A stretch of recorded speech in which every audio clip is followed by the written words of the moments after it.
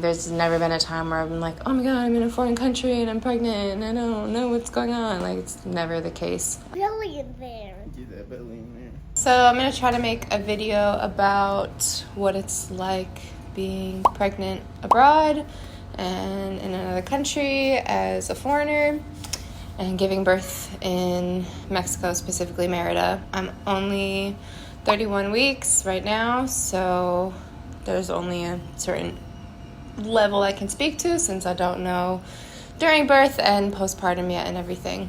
But just an update, my plan is to deliver at home with a midwife, her assistant, possibly some other support people like a doula. Cam's mom will be here as well to help out with Nina and everything. Doing home birth again, that's what I did with Nina. The only difference, if everything goes as according to plan, is I won't have the birthing tub, like the water birth tub like I did with Nina, but Nina wasn't even born in that thing anyways, so who knows. So yeah, we're just gonna give birth at home with my midwife, Sumi, who is amazing, and her assistant Daisy, amazing. We met them just through the community here, had been friends with them before becoming pregnant, and our kids played together, just kind of knew them from around town. So yeah, it was kind of an obvious choice when coming to decide who to help us deliver and who to do home birth with. There are some other options for midwives here. There's some other midwives that Sumi knows, as well as midwives that are local. The one that I know of that my friend delivered with is mainly Spanish speaking, so that's just something to consider when kind of choosing your options, if you feel comfortable with that or if you want someone that is more fluent in English. I will put a link to Sumi's page, and pretty much all this stuff I'm gonna talk about in the video. I'll try to put a link below. Experience with them have been great so far. The prenatal visits are wonderful. They're super personal. They're very relaxed. I don't feel pressured into doing anything. Even in the States, like, we went as minimal as we could with Nina's birth, but just with certain laws and regulations outside of my midwife's control there, it was hard to still navigate things. Like, I think in Georgia, if you're past 42 weeks, you can't legally do a home birth. So ended up doing castor oil induction for her, and that was something I was worried about with this pregnancy if it does go past term. But yeah, they're totally cool with just taking a more natural approach to things, more intuitive, and just kind of assessing, like, is it really necessary to induce, or can we just wait a couple more weeks and see how you're feeling, make sure me and baby are okay, and take it from there. So yeah, the appointments are mainly in my house, or sometimes I will go to Sumi's house to just chat, check up on things. She's very thorough in assessing how I'm feeling, as well as doing like measurements, listening to baby, feeling, and yeah, it's very, very non-invasive. Even the test that she requires, she doesn't really require much of anything. It's more for the process of getting the baby Mexican citizenship after the fact that you would need anything. So the one thing I did get done here is the ultrasound, 20-week ultrasound. So that is the only acceptable form or proof of life, I guess, like proof of pregnancy, not proof of life, proof of pregnancy is an ultrasound. So Sumi hooked me up with Dr. Valeria at Natalis. She's an obstetrician and women's healthcare provider here in Mérida. So I did the ultrasound with her. I think we did a video on that as well. I need some tea. I'm tired. Woke up with the sun. Did not go to sleep with the sun. So that's the problem. Anyways, what was I talking about? Yes, so Dr. Valeria is kind of like a backup physician as well. So if anything during the birth were to go awry, we would have her to call on. And the great thing about her is she would also be able to come to the house. So she is a big proponent of home birth, loves to support that and do what she can to make that happen if possible. So if anything were to go wrong and Sumi and Daisy needed help, they would have Dr. Valeria to call on. They also work with another obstetrician here, Felix Molina, and I've seen him for just other gynecological reasons. He's also great. His office is amazing. Also a big supporter of home birth. So we have a team of people that just makes me feel really secure here without making me feel like, oh, you have to do this lab work and this many ultrasounds and, you know, all that stuff, because pretty much everything here is out of pocket. There are some things you can mitigate with insurance, but usually it's just like emergency situations or bigger hospital stays. So like labs, prescriptions, things like that, you usually just pay out of pocket. So yeah, it can add up. None of those care providers I mentioned are really big on forcing those things. It's very much up to you. They'll give you, you know, all the information you need about making that decision. So I had gotten lab work done in the States when I first found out about pregnancy, just to do like a baseline of things like blood count, iron, vitamin D, all that sort of stuff. And Sumi will occasionally check my urine if needed. But other than that, all we chose to do is the 20-week ultrasound, just to make sure everything was good, but also mainly for the afterbirth process when we're trying to get the baby Mexican citizenship.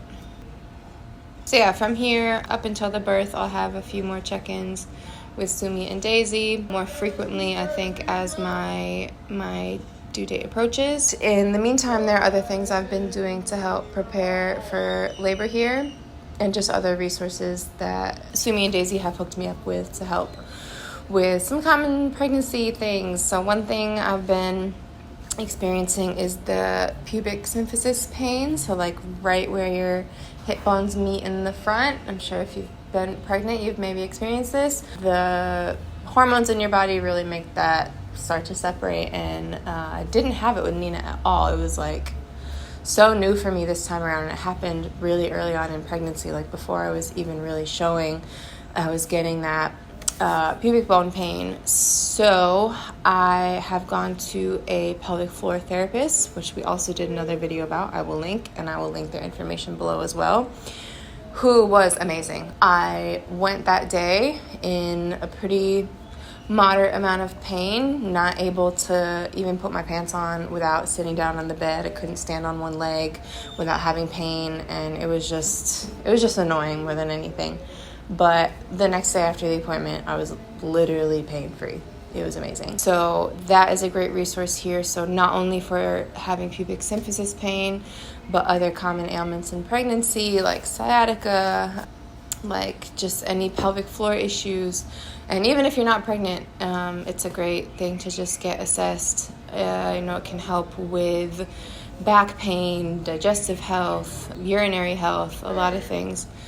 So it's a good resource to have here, and it's very affordable. I think my appointment was only 500 pesos, so it was really great. And there's a lizard. It wasn't something where I have to go back and continuously see her, or I have to do the exercises there. She pretty much just told me what to do at home and what to work on and what to do when I'm feeling the pain. And unless I'm having like a really big influx of pain, I don't need to go see her again. So that was nice. But I will see her, I think next week I have another appointment, because they also do perineal massage to help prepare your pelvic floor for birth. And I think she'll probably assess my pubic bone pain again and just see what's going on there, because it does kind of come and go. So yeah, I will see her for that as well. And yeah, I'm not sure the plan after that appointment, if I go back. Yeah, I'm not sure if that's like a more regular appointment where they'll do perineal massage for me, or if that's something they'll just similarly do, where show me what to do and then do it at home. Yeah, it's a great facility. They have a little gym there. They have a couple assessment rooms. Very well equipped, very, very knowledgeable, very trauma based as well. So I felt very comfortable, especially because, you're dealing with your pelvic floor. It's a bit of a sensitive area. So it felt very comfortable to not only talk about those things, but have those things examined. Also, speaking of massage, there's another thing I'm going to be trying out on Sunday, which I know a couple other expecting moms have done here as well, is a masseuse who kind of specializes in prenatal massage as well as pelvic massage. And I've heard amazing things. I heard it's very deep tissue and very focused, and she really kind of takes her time to work on what you need. So you may be going for a full body massage, and she'll try to do that, but if there's an area that really needs attention, she'll definitely give it what it needs. So yeah, I'll give her WhatsApp below as well. Also very affordable. I think she offers a 2.5-hour massage for 900 pesos. That's $45 or something so crazily cheap. That's awesome. Definitely looking forward to that. Have not had a massage this whole pregnancy, so I'm definitely in need. And she comes to the home as well, so you don't need to leave. She'll just come, bring what she needs, and you can have it in the comfort of your own home. Those are the main things outside of the prenatal care that I'm doing now as I go further along. And then after I deliver, I'll try to update you when I deliver, I'll try to update you. No, definitely won't be doing that. But yeah, oh, that is one thing though. I did run into birth photographers and stuff here. So if that's your jam, there's definitely options for that here. So far, it's been amazing. I do speak a good amount of Spanish, so that's helped. But honestly, even if you don't, I don't feel like that's ever been an issue with receiving care here or feeling like you're being informed. Most of the healthcare providers will have a very, very wide base of English speaking, so it's been fine. There's never been a time where I'm like, oh my god, I'm in a foreign country and I'm pregnant and I don't know what's going on. It's never the case. Not only are Sumi and Daisy amazing at making you feel comfortable, but there's also just a really good community of expecting mothers, mothers that already have children, just families here that can really help you out. Yeah, so far this pregnancy has been pretty good. It's been different than with Nina. I would say a little bit more intense in terms of just those nagging symptoms. I don't know, with Nina, I feel like my body was just getting used to the fact it was pregnant and didn't really have time to have a lot go on. It was pretty smooth sailing. But second time around, I feel like my body's oh yeah, let's really get into this. And yeah, my hips are a little bit wider already and looser. I don't think I have as much heartburn as I did with Nina, but I have been taking papaya enzymes, which really a game changer, super, super life-saving. So that may just be helping that part as I'm burping. The most difficult thing would be just turning over from side to side while I'm sleeping. And then lately I've just been feeling more tired, feeling like I need more naps, and just can't really keep up with Nina as much. It's kind of sad. I feel a little left out. I feel a little bad when she's like, oh mom, let's run, or let's do this, and I'm I can't, Nina, sorry. But she's been pretty understanding, and that's been a blessing. Oh, I definitely feel like I'm eating healthier. Just the amount of fresh produce and fruit, and I just have a lot easier access to things here than I did in Atlanta. It's not as expensive to eat healthy if you really want to. So that's been good. I feel like I've been kind of in a position to really focus more on nutrition and taking care of myself that way. I think I am a bit more active with this pregnancy because I wasn't doing Muay Thai at all before Nina or during Nina, or like weightlifting or anything. I think pretty much with Nina all I did was walking and yoga. But with this pregnancy, as long as my hips are not giving me any issues, I'm able to do a lot. So that's been good.